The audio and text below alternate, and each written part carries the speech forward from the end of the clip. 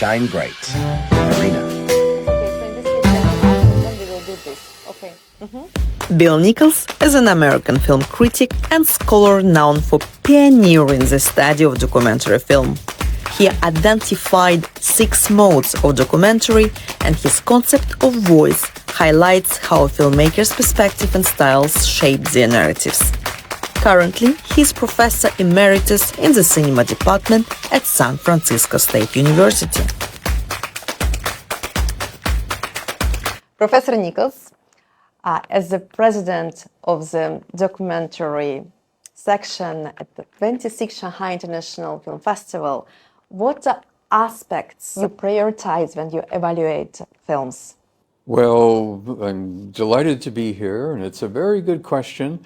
We as a jury haven't talked about that yet in terms of how we all approach things the same or different. So we will see how it all works out as a jury.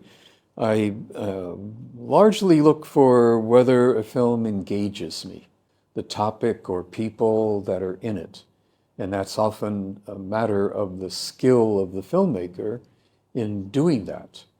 It could be through music and editing and the personality of the people in it.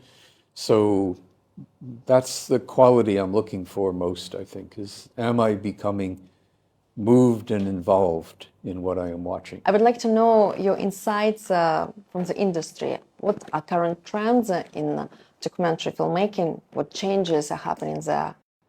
Well, documentary has evolved over time in a way that has made it far more popular. At the same time, it's what will bring in an audience, not necessarily what will tell us the most about the world or help us understand it the best, although they might go together. So there's also the risk of what you could, in a word, call commercializing, where there's a search for subjects that are interesting and entertaining, and maybe entertaining at the expense of insight, or just more or less spectacle.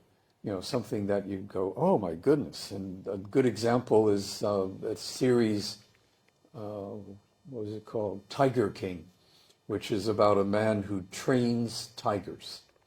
And it's, not of great interest and not of great importance, and not many people will ever do it, but he's a very, very interesting, eccentric person.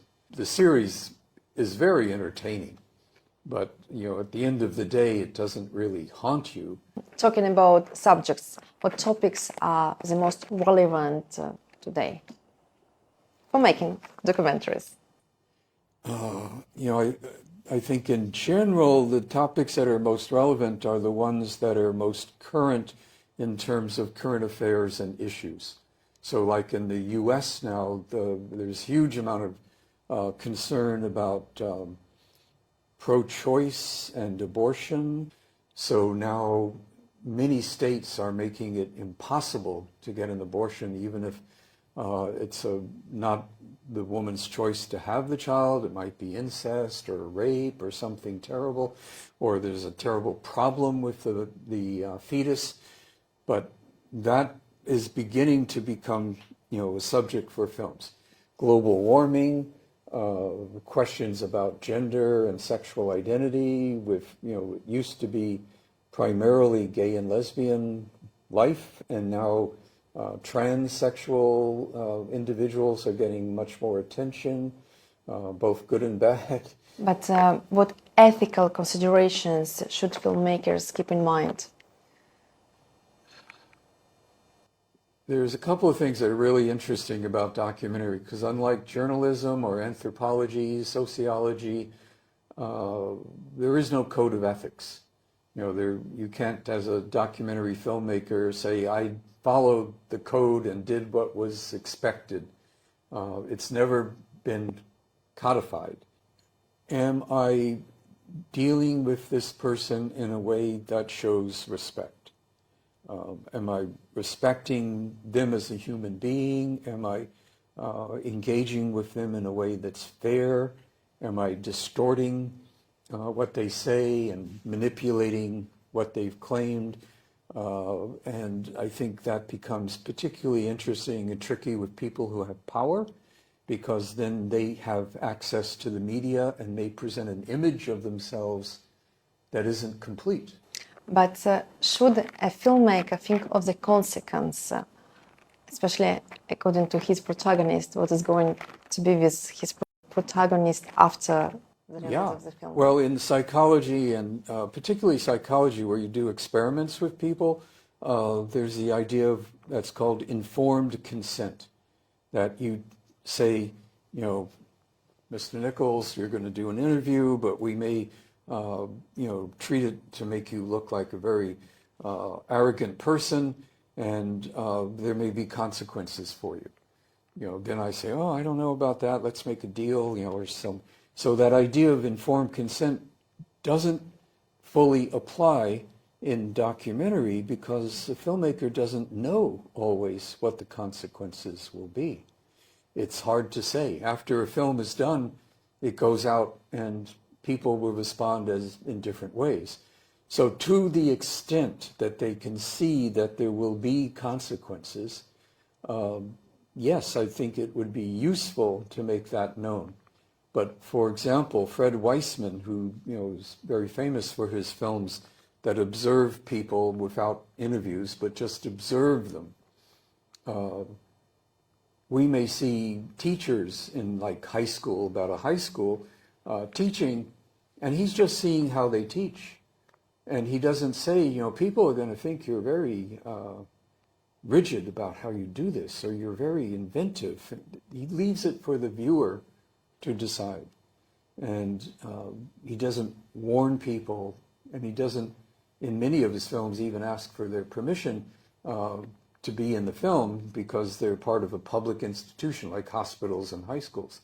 So it varies a lot, but I think respect, and including respect for the truth, which might be more than the individual if they have power, for the ethics of the filmmaking should lead to the viewer watching it feeling that they can trust the filmmaker to present the world they are giving us in a way that we understand how that has been done, and whether things have been distorted or not, or if we feel we can trust the filmmaker to give us a view that may be personal, it may be slanted in some sense, but we understand that, and we can accept that and judge it accordingly.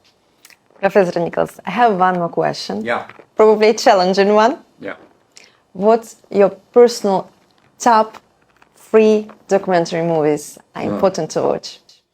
Well, it would probably change with time, because at different times I become more fascinated with some than others, but 3 would be, one would be Night and Fog, French film about the Holocaust, made in the 50s, so it's very old, but it was the first film to examine how the Nazi regime exterminated large numbers of people. We know they killed millions of Jews, but they also killed gays, lesbians, political dissenters, the mentally impaired, and the film is about that process. Another is Werner Herzog's Grizzly Man, about a man who goes into the Alaskan wilderness to live with grizzly bears, who are predators, very dangerous, very big. And he goes alone, unarmed, to become their friend. And for years, he succeeds. And he knows them by name and gets, intimate with them in terms of watching and observing and being very close and even touching them, until at one point he becomes killed and eaten by a bear he didn't know. And Herzog thinks he's crazy, but he thinks he's right, that this is the sort of thing that makes a lot of sense for him. So there's conflict, and Herzog saying no, and Treadwell, the man, saying, yes, this is, works for me, and he makes his own footage of his life with the bears that Herzog shows us. So it has two views, and it's very complicated in that sense. So that's another. And I think I was thinking of it earlier today, Agnes Varda's film, Les Glaneurs, which is about, in English it's The Gleaners and I, about people who collect the leftovers, which is originally crops, so they pick the potatoes or the grapes that are left behind after the harvest. So the people that own the field don't care, and then people come in and collect the ones that were ignored for their life because they need food, but they don't have a lot of money.